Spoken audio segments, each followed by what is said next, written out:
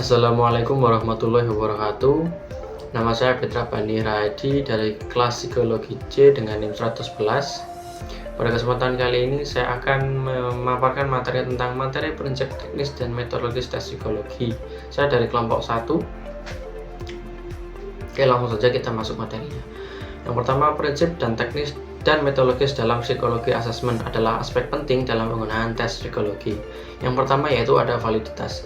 Validitas adalah sejauh mana tes dapat mengukur apa yang seharusnya diukur. Validitas tes psikologi harus diuji secara teratur untuk memastikan bahwa mengukur apa yang seharusnya diukur. Yang kedua ada reliabilitas, di mana reliabilitas ini adalah seberapa konsisten tes dapat mengukur sesuatu. Sebuah tes yang dapat diandalkan akan memberikan hasil yang sama setiap diuji, asalkan tes yang diuji pada kondisi yang sama. Yang ketiga ada norma. Norma merupakan skor rata-rata atau skor yang diharapkan untuk kelompok orang yang mengambil tes. Norma dapat membantu dalam menafsirkan berbagai hasil tes dan membandingkan hasil dari individu dengan kelompok sebaya mereka. Yang keempat ada standarisasi. Standarisasi ini adalah proses untuk memastikan bahwa tes diterapkan secara konsisten pada semua peserta.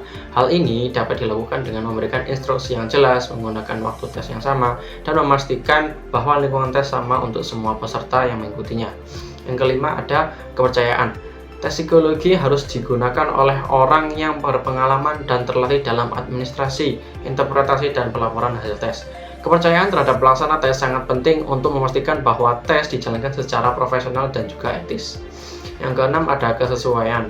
Tes psikologi harus dipilih berdasarkan kebutuhan spesifik dari individu atau kelompok yang akan diuji. Tes yang digunakan harus cocok untuk pengukuran yang ingin dicapai. Yang terakhir ada etika. Etika harus selalu menjadi pertimbangan dalam psikologi asesmen. Tes psikologi harus diuji secara adil dan tidak diskriminatif, dan harus menjaga privasi dan kerahasiaan peserta. Oke, mungkin cukup sekian dari saya. Materi selanjutnya akan dijelaskan kembali oleh teman saya selanjutnya. Wassalamualaikum warahmatullahi wabarakatuh. Ciri-ciri tes psikologi. Yang pertama yaitu memiliki prosedur standar. Prosedur pelaksanaan tes ini bersifat seragam, dimanapun siapapun pengujinya. Dalam hal ini tentu saja diperlukan penguji yang kompeten, serta formulasi petunjuk yang jelas. Untuk yang kedua yaitu adanya sampel perilaku yang ingin dievaluasi. Yang ketiga adanya skor dan kategori dengan asumsi bahwa setiap orang memiliki karakter yang sama, namun kadarnya pun yang berbeda-beda.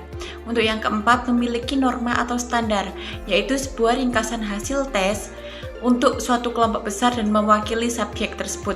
Yang kelima bersifat prediktif, maksudnya adalah sejauh mana tes dapat menjadi indikator dari bidang perilaku yang relatif luas dan signifikan. Materi ini menjelaskan tentang jenis-jenis tes psikologi. Jenis-jenis tes psikologi itu ada 7. Yang pertama, tes intelijensi, yaitu mengukur kemampuan dalam pemahaman verbal, penalaran, dan lain-lainan untuk menentukan potensi bagi kinerja akademik. Selanjutnya yang nomor 2, tes bakat, yaitu tugas atau keterampilan yang spesifik atau memprediksi kinerja masa depan. Yang nomor 3, tes prestasi. Tes prestasi adalah mengukur tingkat belajar atau prestasi. Selanjutnya yang nomor 4, tes kreativitas, yaitu kemampuan menghasilkan ide, kreasi artistik baru yang diakui memiliki nilai sosial, estetik, atau ilmiah.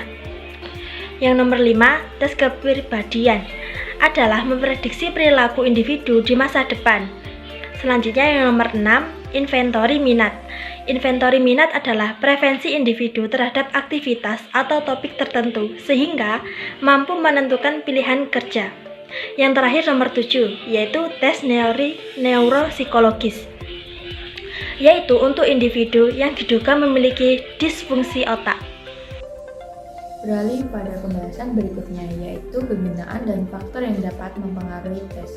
Kegunaan tes antara lain yaitu sebagai perencana treatment dan diagnosa, sebagai pengetahuan diri, sebagai evaluasi program dan penelitian, dan yang terakhir adalah sebagai pengambilan keputusan.